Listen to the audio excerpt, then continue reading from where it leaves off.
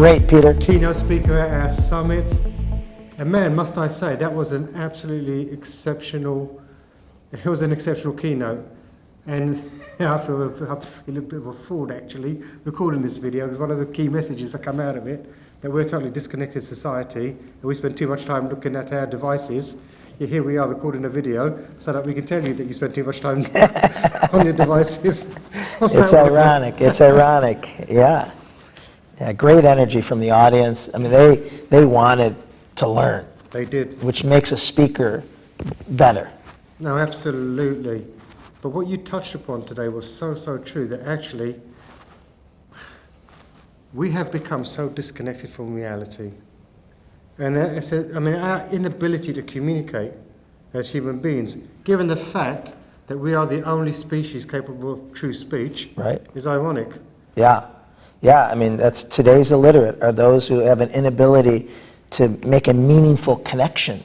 I mean, that's where our society is today, is, text my kids, I'll get a response right away. Call them, they won't answer. No, and I remember growing up in the era, and this is before sort of the real smartphones came, where we had MSN. Yes. Oh my God. But you had the teenagers, when they were exposed to MSN, they'd be in garages talking to each other over Messenger. Right. I think that was the beginning of the end. Yeah, me and my fiance were on a nice trip last week to San Diego and went to a really nice restaurant. And there was this couple there with their teenage daughter, and she had headphones on and never looked up. And we just, probably judging, but we're like, I mean, they're just, Disconnected. And the parents seemed almost relieved that, she was entertaining herself. I'm like, we're at this beautiful resort, the ocean's right there, and she's not aware of it. But surely this kind of behavior is having an absolute negative impact in the workplace. It is.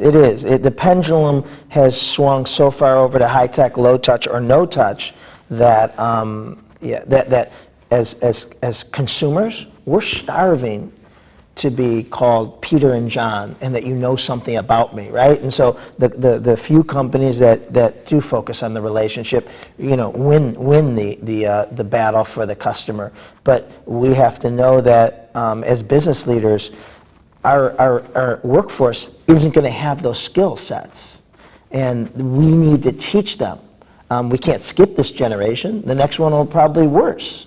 And so we have to supplement what they're not getting at home or in school. But what's interesting is actually the industry leaders today, because most of them are in their 50s and 60s, late 40s, and they're of the industrial age thinking. They look at the knowledge worker age kids these days, and they just can't connect with them. They don't know how to connect. And all of a sudden there's this huge negativity.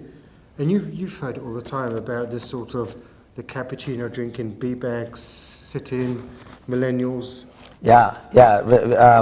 And Gary Vee says it best, stop judging and criticizing the generation you raised. And he's right. No, absolutely. So we got to take responsibility for it, both in building an experience that customers will feel recognized and that we can make an emotional capture. Because you're not loyal, I'm not loyal to an app. No. I'm not loyal to, the one touch, but I'll walk through a fire and forgive, Peter, who's been there for me, that when I need something, he gets right back to me. I'm loyal to that. I'm not loyal to an app, and I can leave an app tomorrow.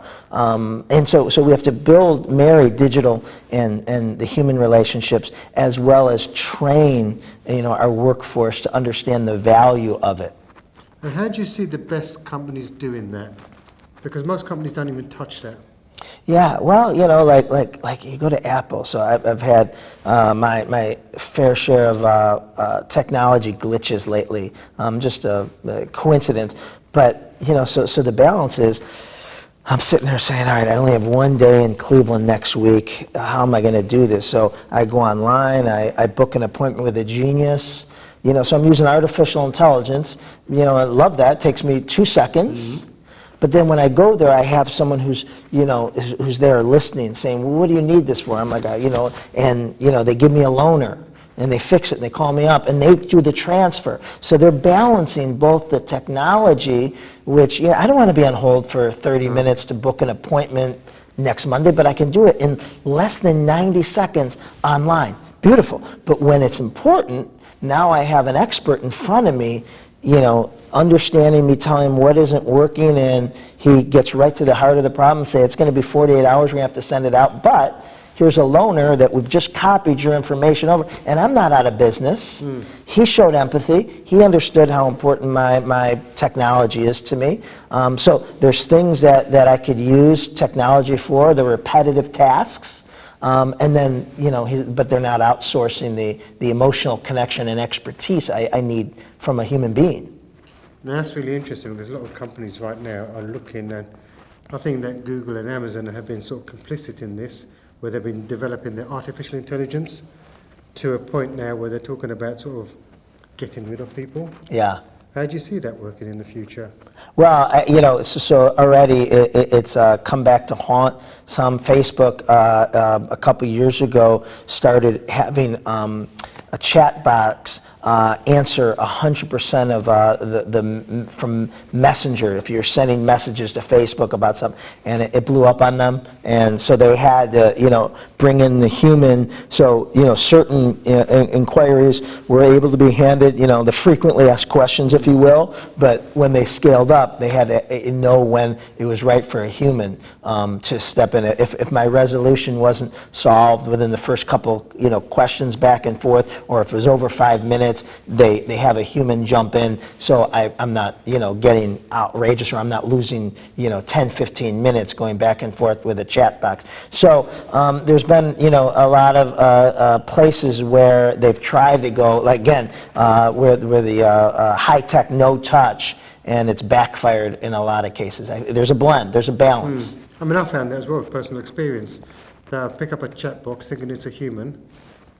I ask a specific question, it comes back with a stupid response.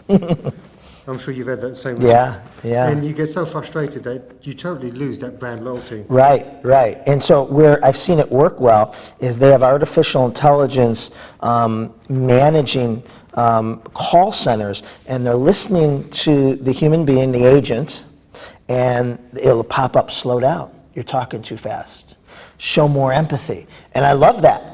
Like the coaching aspect, love that, and that's a great blend of artificial intelligence with, and then also where, they hear you ask me for something, and I don't have to, all of a sudden it appears, the answer to what you might be asking me about. You're calling about a special product, and all of a sudden it's like Googling for you in your database, and the answer to your question is, and so it's actually making me more efficient as a support agent. So there is a great balance. I love technology. As I stated, technology is not the enemy. Nope. Using it to eliminate the human experience is. And it's all about the human experience. We do need that. Yeah. So, from a flip side, one of the things that you said, technology is not going to go away. No. Whichever way we look at it, people are going to be glued to their devices, but people don't quite understand the damage it's doing. And you talked about the brain damage. Yes, digital dementia. Yeah. And so, doctors have said people, and again, it's not just youth. I'm guilty of it too. One of the things I'm guilty of is it's called MSA, mental stimulation addiction.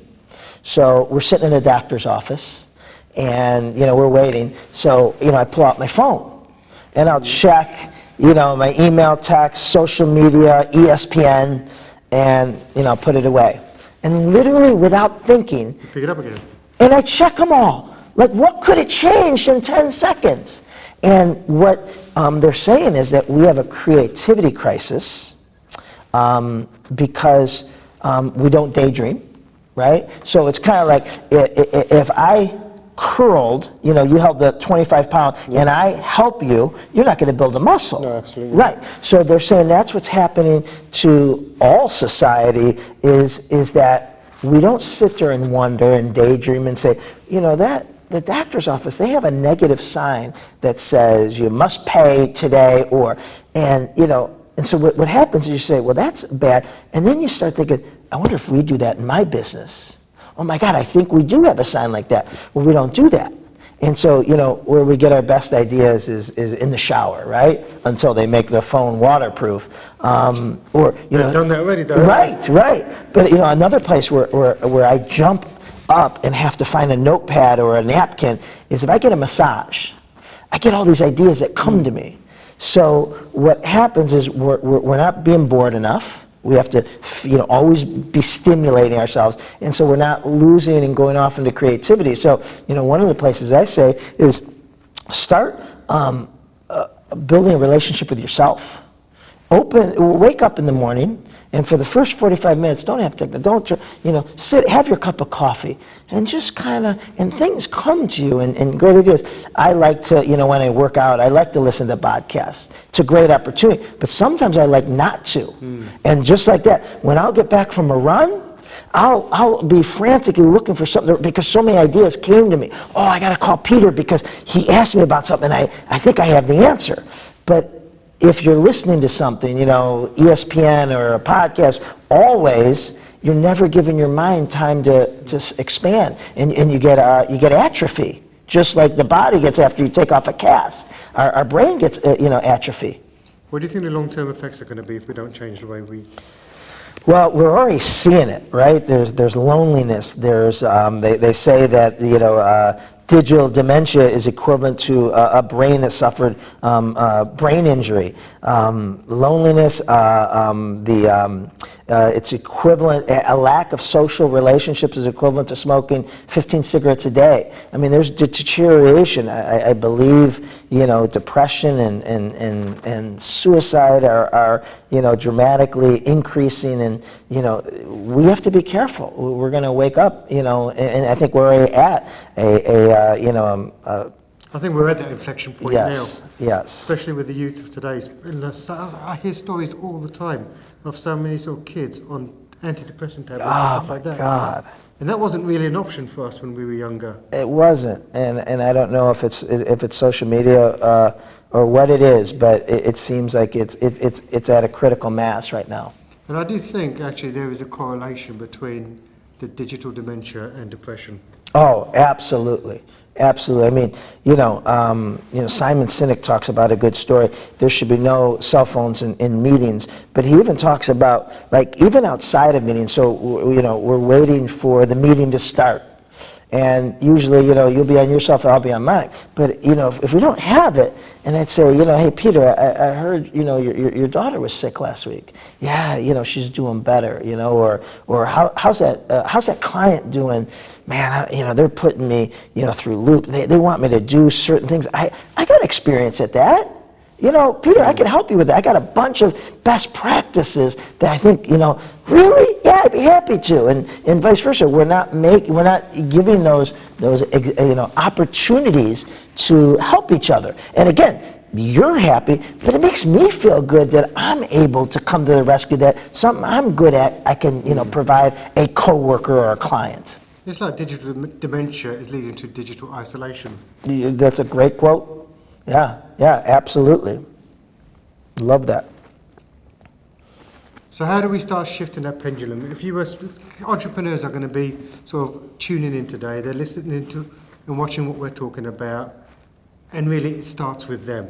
You're right. It starts with us. It starts with us as parents. It starts with us as CEOs. It starts with coming in and asking your employee how their weekend was, and really listening with your eyes. A lot of people after I spoke came up and they said one of their favorite examples I gave is that when someone comes up and talks to you and say and you say, "Did you have 5 minutes?" And you go, "Hold on, Peter," and you pull your cell phone out and you turn it off. Just to send the message, Peter, there's no one more important to me right now than whatever you want to meet with. I mean, God, what that makes a person feel like. And then she's probably going to do that for her clients or her kids when she gets home. So it's having some guidelines in place that doesn't allow us to abuse. And putting ourselves back and knowing forward, the family, occupation, recreation, and dreams of our clients, of our neighbors, of our team. So if people want to get in touch with you and get some resources that would help them with this, we'll help them with a digital detox and actually help them start to really bring the art of connection back. And I can't believe I'm saying that, the art of connection. Right, back. Because that's been around like for thousands of years. Right, and I say this too. It's ironic that the disruptor today is good old-fashioned relationships. Yeah. Like that sounds so, an oxymoron almost. But you're right. Good old-fashioned relationships are the differentiator today. I think the relationship economy, the book that just came out in October, is a great place to start for them, their business leaders, and their children. I think it applies. The best quote I got is that it's a modern, remake of How to Win Friends and Influence People. Which is a phenomenal book. Oh my God! I mean, that was the highest compliment I could ever get. That someone said that. But they can email me, John at the DiJuliusGroup.com, or go to the DiJuliusGroup.com, and all our resources are there, articles, anything that we can help them with. Perfect. And the reality is this is only going to get worse unless we get better. So that's the fact. So if anything we've talked about today totally resonates with you, you want to start looking at your digital detox, how do you get your people back on board, how do you start getting, how do you actually get your people engaged? How do you learn to engage with people? Head over to boolkah.com and get in touch. John, thank you very much. Thank you, Peter. It's been an absolute pleasure. I appreciate it. And remember, failing to learn is learning to fail.